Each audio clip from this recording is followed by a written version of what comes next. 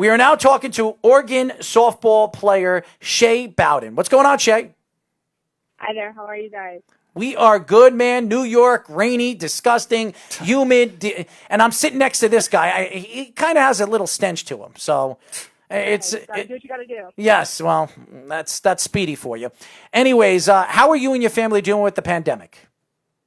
We're doing really well. My parents are both real estate agents and construction workers, so they actually are doing okay because they bought a house and so they're redoing that. So their lives haven't changed too much, which is a really big blessing. Are you helping? Are you helping them? Are you helping them fix that house up? I'm trying. I helped them with the first house. The second house, I've been a little lazy. How are you doing? I'm doing really well. I'm still in school. So we have finals this week. I took my last final today. But I've been doing really well. I had surgery about 5 weeks ago, and I'm recovering, so that's really nice. I saw your pictures on Instagram, and you gave the 2 thumbs up. So why did you have surgery? I tore my labrum playing softball last year, and so we've just kind of been going through the recovery process. We wanted to make sure that it was the right thing to do. We are talking to Oregon softball player Shaye Bowden. Shaye, tell us a little bit about Oregon and playing for a very well-known school that's sponsored by Nike, which I think it's only one. I think they're the only school that actually sponsored by Nike. I think they're one of the, I think only 4 or something Power 5 conferences, I think it is. Tell us a little bit about your school, the academic, and really the softball team and the sports over there. Yeah, absolutely. I mean, being in Oregon is completely different from Arizona, which is where I'm originally from. And I went there on my unofficial visit, and I just absolutely fell in love with the whole environment of, like, the campus and just how beautiful it is. I walked into the softball field before it was the Jane Sanders Stadium, and it was, like, basically just a bunch of cement stadiums. It wasn't big, but I just fell so in love with the school.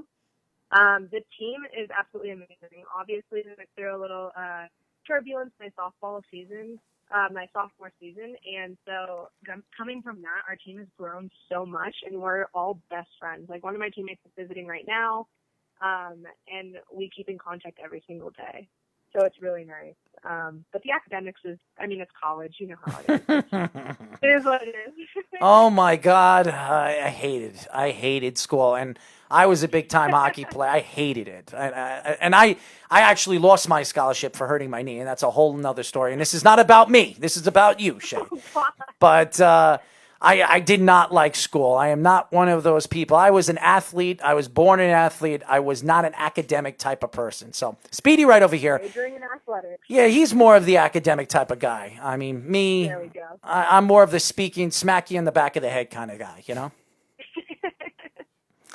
Shaye, you talk about that 2019 season. It was very impressive. 33 RBIs. You had a 315 batting average on that Oregon team last year. Talk about the approach you had during that season, the growth of your game, and some of your favorite plays.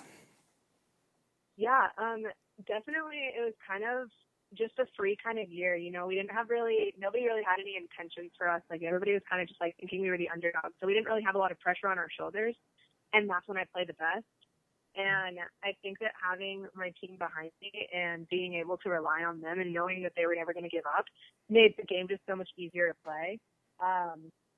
Hitting is always one of those things where it's either off or it's on. There's never a good balance. And I think that there were times last year where we could definitely see that I was struggling, and same with the team. We struggled sometimes, but at the end of the day, like, we tried our best with what we had. I think something that stood out to me was I hadn't caught before last year in probably 4 years.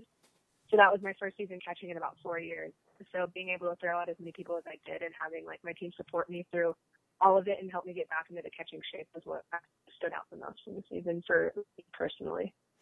Now, Shaye, what is it like? I mean, and I've seen some of these pitchers in college throw, and some of them throw like 93, 95 miles per hour, and they throw these softballs, which were twice the size of a baseball. And this can come at your head. It can come inside.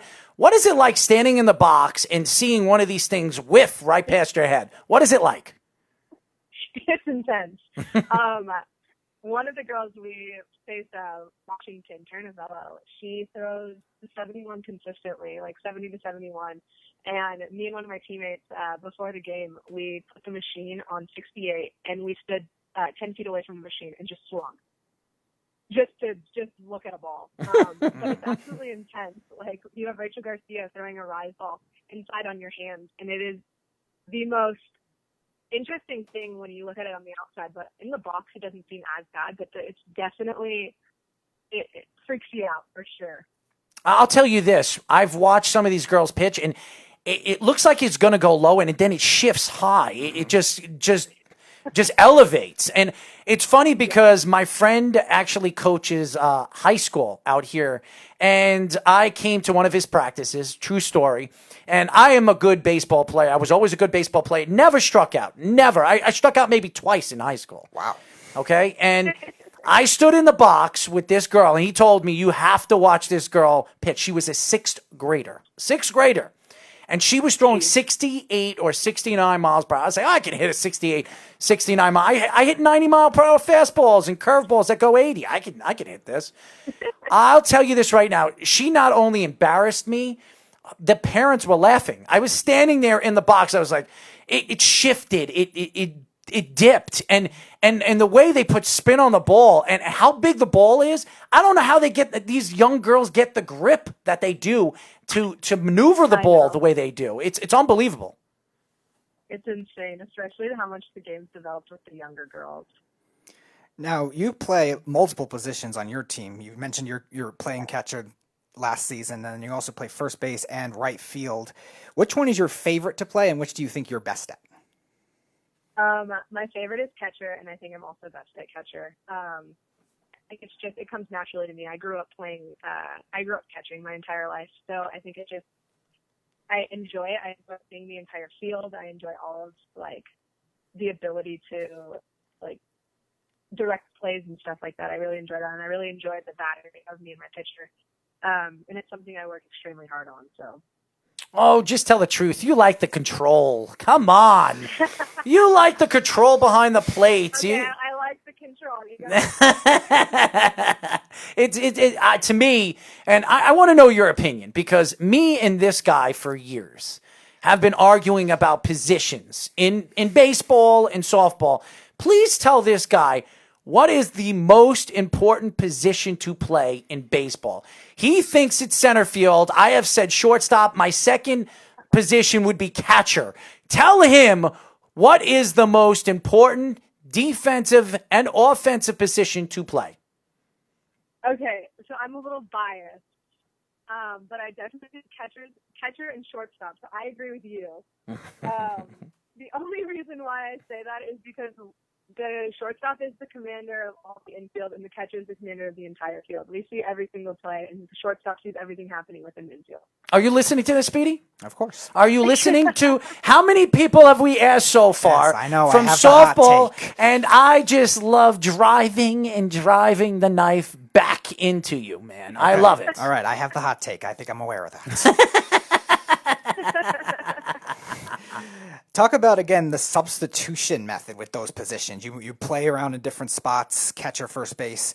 Now, the substitution method in softball is different, and we actually had a softball coach on Tuesday in Lauren Laporte of James Madison talk about it from a managerial standpoint. From a player standpoint, is it something you embrace, switching positions all the time? And do you like the strategy as a whole, and how does it help your game? Yeah, I mean, I absolutely love it. I enjoy being versatile because I think not only does it help my team, but it also helps me develop as a player. So I think going from catching, which is very hands-on every single play, to maybe going to right field where you might get a ball maybe once a game, if not twice, or not even at all. But it's being able to be versatile so that your coach can make the decisions that are smart for the team. And our entire team is versatile. We have people playing all over the place all the time. I think that's going to be crucial, especially for next year, having that so that we don't just have to rely on those same individual people at the same positions. We are talking to Oregon softball player and star in Speedy and my eyes, Shaye Bowden. And by the way, your numbers are fantastic.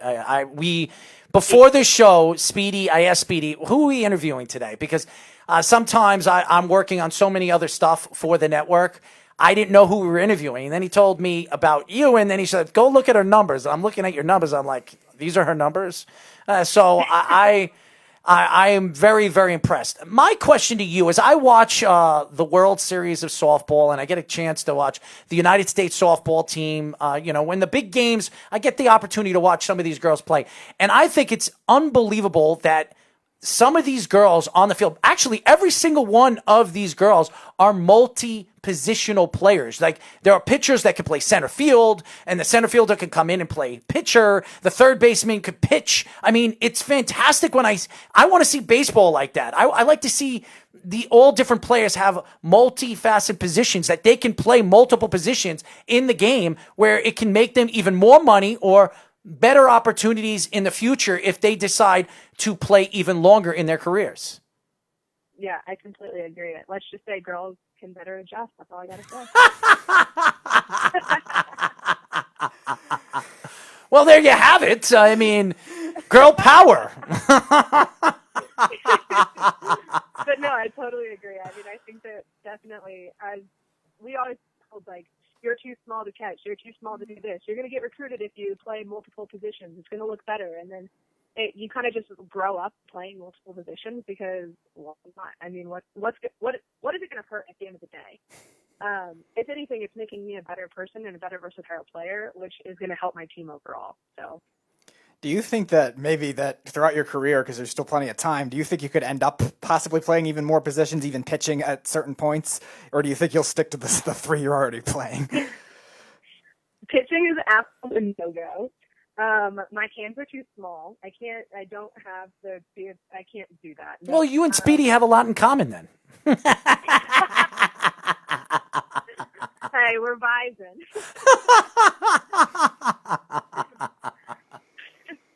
I played short when I was growing up, like shortstop. I got recruited as a shortstop, actually. That's what I was coming into college for. And then I ended up playing right field, and then I ended up playing second base, and then last year I played third base, first base, right field, catcher, and second base. So the only position I haven't played is center field, because our center fielder is really good, and she doesn't like to get hurt or move around. So it's a little selfish, if I have to say so. Don't let her listen to this interview. Oh, she's great. She's in the room. Don't you worry. We are talking to Oregon softball player Shaye Bowden. Oh, my God. Shaye, you got some personality. But I'll tell you this. When we were about to go on with the show, I did look at your Instagram, and you like to have a lot of fun. I can see that. You like to have fun with your girlfriends.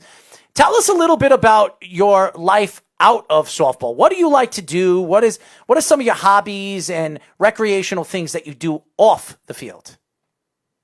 Yeah, so I'm a really outdoorsy person. So I love to hike, and especially in Oregon, I mean, I'll go hiking in the mountains with like maybe one other person, or just by myself, and go to a waterfall and jump in the water.